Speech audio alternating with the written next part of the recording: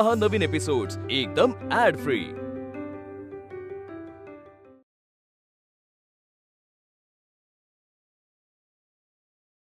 संपली का परीक्षा? गोपाळराव, कुठे तंद्री लागलीये? तुम्हाला विचारले त्यांनी? अहो संपली का परीक्षा? हो, अखेर त्या पदवी परीक्षेस पूर्णविराम लागला आणि आता नवी ओळ लिहायची वेळ आली, म्हणजे आता नवा मार्ग आखायला हरकत नाही म्हणायचे। त्याच उद्देशानं तुम्हाला आज इथं बोलावलंय।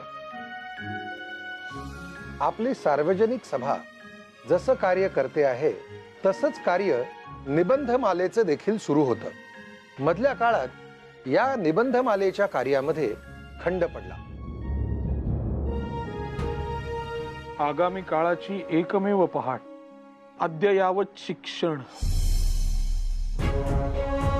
गोपाळराव, शिक्षण हे माणसाच्या प्रगतीचे पाऊल आहे, त्यामुळे ते काका हो अहो हे तर थेट आमच्या मनातले विचार आहेत। हो, खरोखर म्हणजे येणारा काळ जर आपला म्हणायचा असेल तर शिक्षणास गत्यंतर नाही आणि ते प्रत्येकाने मिळवायलाच हवे। खरंय, आणि तुमचा मुद्दा अगदी समर्पक आहे। कारण कसं आहे, इंग्रजी ही आता केवळ परकीय भाषा राहणार नाही, ती संपूर्ण जगाची भाषा होणार आहे। आणि जो ती शिकणार नाही तो आपसूक मागे पडणार आहे। त्यामुळे त्यांची ही भाषा आपण सुद्धा आत्मसात केलीच पाहिजे। आणि हीच नामी संधी आहे। आपणच बोलत होतो नाही का गोपाळराव, की जशी भाषेची देवाणघेवाण होईल तसेच ज्ञान आणि संस्कृती यांचेही आदान प्रदान होईल। हो, आणि यातून आपले ज्ञान, आपल्या संस्कृतीतले ज्ञान किती श्रेष्ठ आहे हे जगाला दाखवले पाहिजे। ठरलं तर मग तातडीनं आपण शिक्षण प्रसाराचा हा मार्ग अवलंबलाच पाहिजे।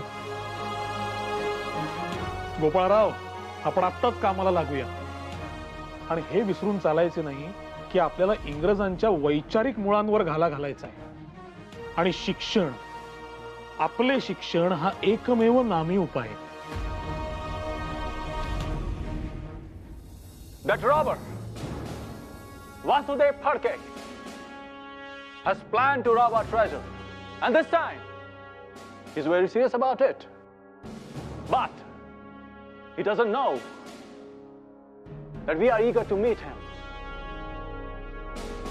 So constables, I want as much force as possible to catch him. More security should be appointed at government offices. This time I want to see him behind the bars. Check all the people on roads and houses. Every single people in this city. Take every suspect in your custody. Torture them. Nobody should ever dare to take any step against us. Just go! Yes, sir.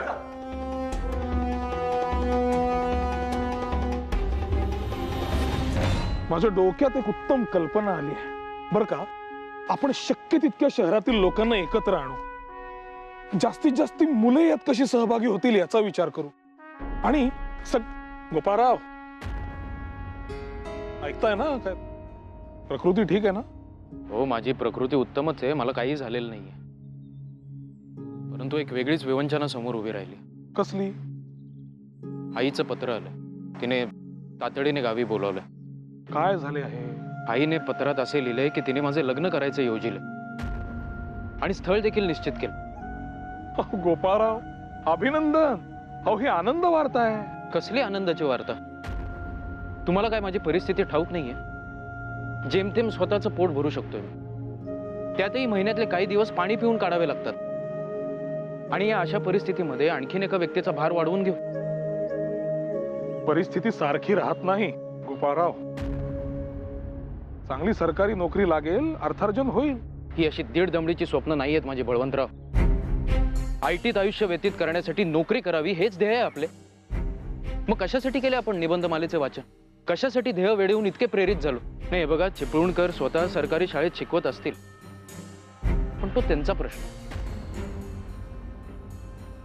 Gopalrao, वा, तुम्ही आता लग्नाचा विषय काढलात तेव्हा आनंद वाटलाच, परंतु असे वाटले तुमच्या परतीचा प्रवास आता सुरू झाला.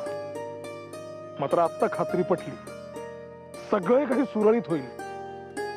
आणि अहो, आपल्या मनगटात बळ आहे, चिंता कसली करता? म्हणजे तुम्हाला नोकरी करायची नाही, करू नका. आपण एकत्र काहीतरी सुरू करू. काय ते तुम्ही आल्यावर ठरवू. चला. कुठून? अहो, कुठून म्हणजे गावी जाऊन 2 ते 4 हात करून आलात की ठरवू. आयुष्यात ते देखील महत्वाचे असते, हे विसरू नका. हा, मात्र येताना लग्नाचे लाडू आणायला विसरू नका तेवढे. चला, असे चिंतित होऊ नका.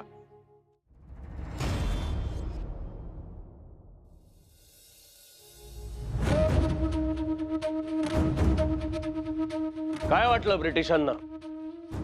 ही अशी पत्रकं छापून माझ्याच जनतेला माझ्या विरुद्ध उभे करतील? ऐक विनायक आणि तुम्ही सर्व, आता एक वार्ता वाऱ्यासारखी सर्वत्र पसरायला हवी, इतकी की सरकारला सुद्धा या बातमीचे दडपण यायला हवे.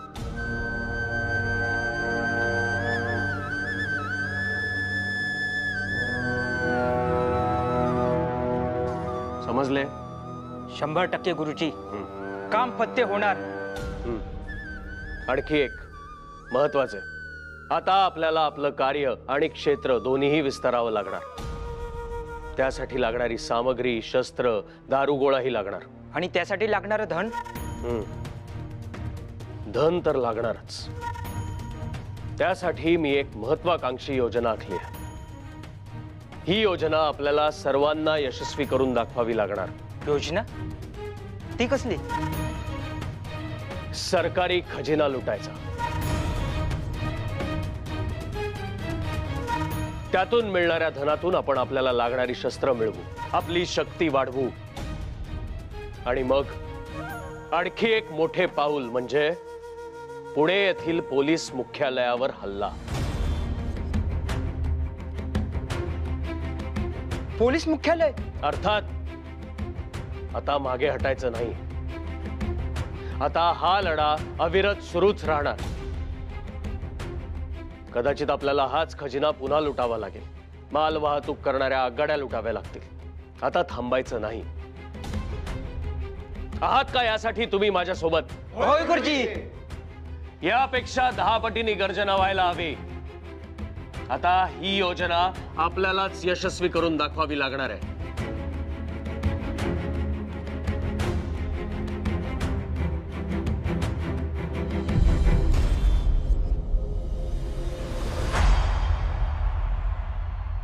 नाही बळवंतराव, तुमच्या लक्षात येत नाहीये माझा मुद्दा. नाही वा, जोवर बाहेरील शत्रू आपण हकलून देत नाही, जोवर आपली माती आपल्या ताब्यात येत नाही, तोवर आपण मुक्तपणे श्वास तरी घेऊ शकू. आणि जरी मिळाले स्वातंत्र्य तरी ते उपभोगण्याचे सामर्थ्य आपल्या लोकांमध्ये आहे, हा विश्वास वाटतो तुम्हाला? मी तेच सांगण्याच्या प्रयत्नात आहे.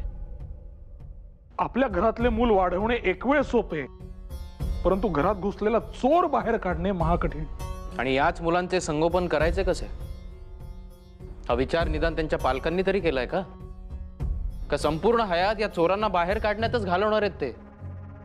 आणि तसे जर झाले ना बळवंतराव, तर या मुलांची पिढी संभ्रमात जगत राहील आणि ते जास्त भयानक आहे. बुवा, हे परकीय शासन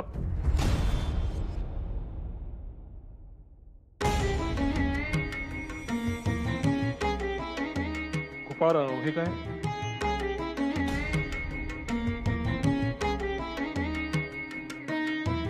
प्रतिराज घोषणा. जो कोणी या ब्रिटिश गव्हर्नरास पकडून आमच्या ताब्यात देईल त्यास पास. कोणी काढला हा फतवा? आम्ही. विनायक, फडके गुरुजींना जो कोणी पकडून इंग्रजांच्या स्वाधीन करेल त्यास रोख इनाम दिला जाईल असं या गव्हर्नरने जाहीर केले. यावर गुरुजींनी एक नामी उपाय शोधून काढलाय. जो कोणी या गव्हर्नरला पकडून आमच्या ताब्यात देईल त्याला आमच्याकडून दुप्पट बक्षीस देण्यात येईल. पण यातून नेमके साध्य काय होणार आहे? अरे काय म्हणजे? अरे यानेच तर आपल्याला प्रेरणा मिळेल ना ब्रिटिशांना हाकलून देण्याची. आणि फडके गुरुजींनी असा अजून एक फतवा काढलाय की आपल्या देशातील सगळ्या युरोपीय माणसांना हाकलून द्यावं. त्यांच्या स्वाधीन करणाऱ्या प्रत्येक परकीय माणसासाठी बक्षीस ठेवणार आहेत म्हणे ते. मी काय म्हणतो, आपल्या कॉलेजमधील प्राध्यापक आहेत ना, त्यांना पकडूया आणि देऊया फडके गुरुजींकडे. म्हणजे कसं, आपला हेतू पण साध्य होईल आणि बक्षीस देखील मिळेल. कसली गरळ ओकतोयस माधव? बळवंता, तुझी मती एवढी गंजलेली असेल असे वाटले नव्हते. कुणाबद्दल बोलतोय आपण? आपल्या गुरुजींबद्दल? अहो, चालती बोलती विद्यापीठे आहेत ती. केवळ आपल्या मातीत जन्माला आलेले नाहीत म्हणून शत्रू समजणार त्यांना आपण? मी केवळ चेष्टेत म्हटलो. चेष्टा कसली करताय? बळवंता शांत हो. माधवा काय करतोय? हा चेष्टेचा विषय आहे. बळवंता शांत हो. काल कुणी राणीचे चित्र फाडले, आज हे असे बोलताय? खेदाने म्हणावे वाटते, फडके गुरुजी आज त्यांच्या अनुयायांकडूनच पराभूत झाले. असंच होतं Balwantrao. Leader follows his intentions but followers follow his actions. हेच अनुयायी आहेत जे कुठलीही एक विचारधारा आत्मसात करत नाहीत. हा, त्याचा अभ्यास करून ती चूक एका बरोबर आहे हे ठरवू शकत नाही, कारण ती प्रणाली समजून घ्यायची कुवत आणि क्षमता दोन्ही त्यांच्यामध्ये नाही. अगदी बरोबर. आणि तीच जर आपण निर्माण करू शकलो नाही तर येणाऱ्या पिढीचे भवितव्य अंधारात आहे हे निश्चित. तुकाराम, परिस्थिती हाताबाहेर जाण्याआधी आपल्याला हालचाली करायला हव्या. या धर्तीवर आपल्याच संस्कारांचा सूर्योदय होणार. त्यासाठी काहीही करावे लागले तरी मान्य आहे. चला.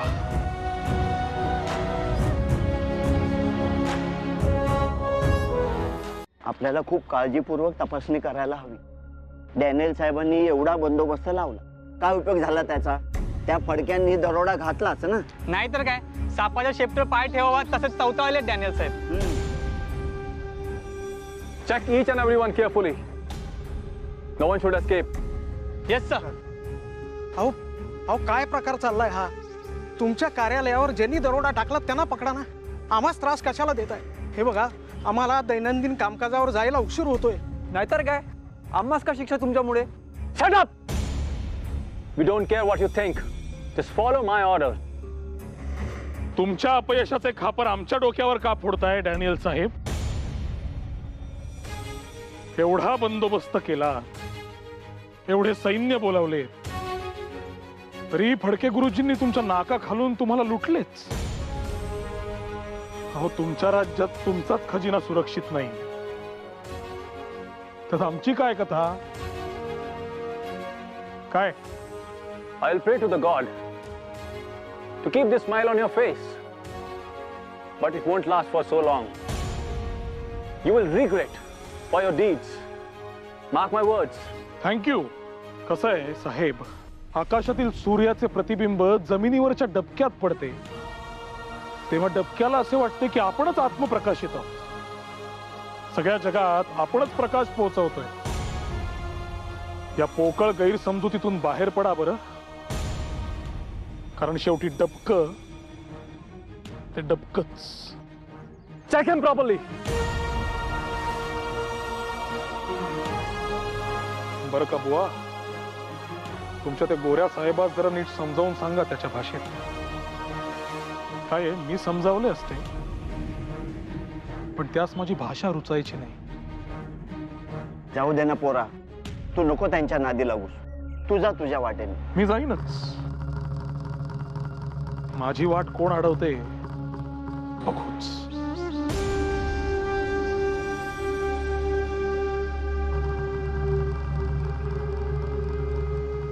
कोण समजतो कोण तो डॅनियल स्वतःला? गोपाळराव, तुम्ही पाहाच, एक दिवस त्या डॅनियलच्या नरड्याचा घोट घेणार आहे मी. शांत बळवंतराव, शांत व्हा. एवढं राग येण्यासारखे काय घडले? हे बघा, तो त्यांचा सेवक आहे, त्यांनी दिलेले काम तो करणारच ना. परंतु त्याचा त्रास आपल्याला कशाला? मी त्याला सडेतोड उत्तर दिले. नाही, ते तुम्ही केले असणारच, त्याबद्दल मला शंका नाहीये. बरं, इतके तत्परतेने बोलवून का घेतलेत? खरं तर तुम्हाला सुवार्ता द्यायची होती, पण तुम्ही म्हणजे कसली सुवार्ता? हा तुमचा मित्र गोपाळ आगरकर द्वितीय श्रेणीमध्ये BA ही पदवी घेऊन तुमच्या समोर उभा आहे. हो, अभिनंदन गोपाळराव.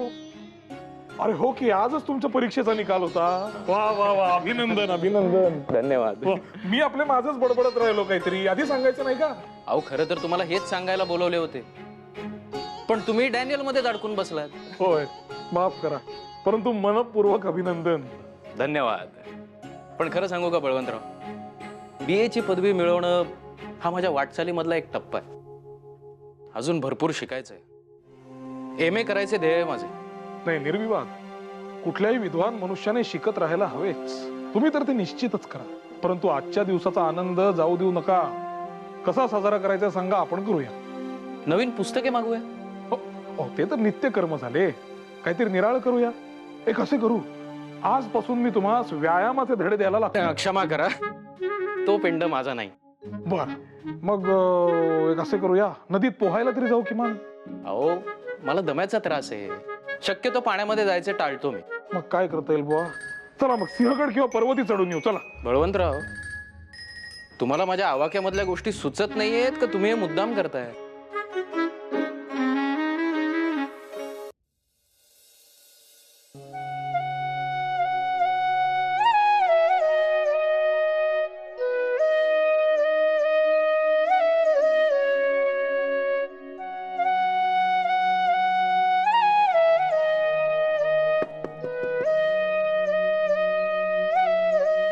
मी काही कामात असेन, लिहित वाचत असेन, तर तू दत्त बनून उभी राहणं हा दंडकच आहे बहुधा. असू दे, तसंही आम्हाला दर्शन देत नाहीस आपण. आणि घरात असताना सुद्धा सदान कदा बाहेरचेच विचार असतात मनात. आणि काय हो, आता आपल्या खोलीत येताना सुद्धा परवानगी घेऊन यावी की काय आम्ही? चुकलो. तुझ्याशी प्रतिवाद करणं अशक्य प्राय आहे. राहू दे. कसले एवढे गहन लेखन करता आहात? काय सांगावे भामे, आपल्याकडची गरिबांची परिस्थिती हलाखीची होत चाललेली आहे. आणि या सगळ्या दुष्काळाच्या पार्श्वभूमीवर सावकार पुढे आता नको. आता हा विषय जळी स्थळी काष्ठी पाषाणी सतत हा एकच विषय चालू आहे.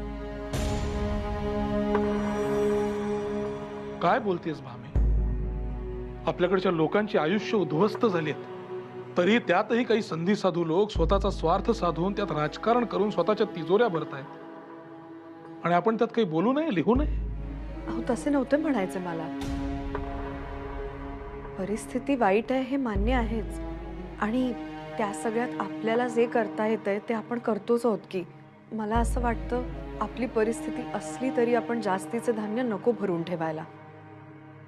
त्याने आपली सोय होईल खरी, पण गरजूंना अन्न नाहीच मिळायचे. आपण आपल्या गरजा कमी करू, 2 घास कमी खाऊ हवं तर, पण आपल्या परीने जो मदत मागेल त्याला ती मदत करू. आणि तसे करायचा प्रयत्न करतो आहोतच आपण. तेव्हा तू माझा लेख वाचलास की काय? मी कशी वाचेन? मग मी जे लिहिले आहे तेच मला कशी सांगतेस तू? म्हणजे मी माझ्या लेखात हेच लिहिलंय, जे श्रीमंत आहेत त्यांनी आपल्याकडचा नफा कमी करून त्यातला काही वाटा गरजूंना द्यावा. हवं तर त्यासाठी एखादी यंत्रणा उभी करावी, तरच आर्थिक समतोल साधता येईल. तरच सर्व घटक एका पातळीवर येतील आणि ही गरीब श्रीमंत दरी मिटायला मदत होईल. अहो, ही साधी शिकवण आहे. लहानपणापासून हेच तर नाही का शिकवलं जात आपल्याला घरात?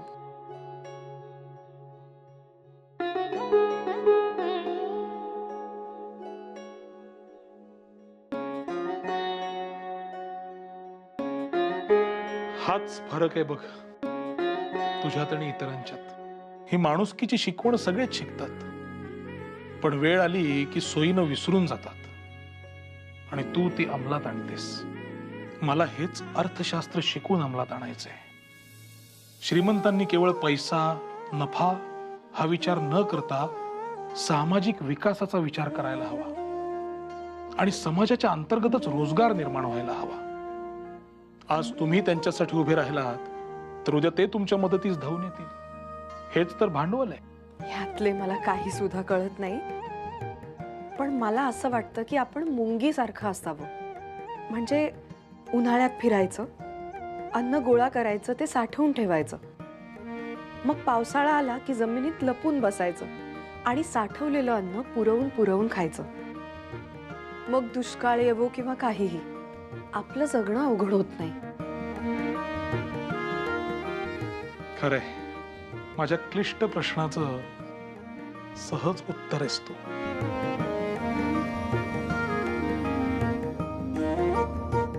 आधुनिक बँकिंग याचा अभ्यास करायला हवा.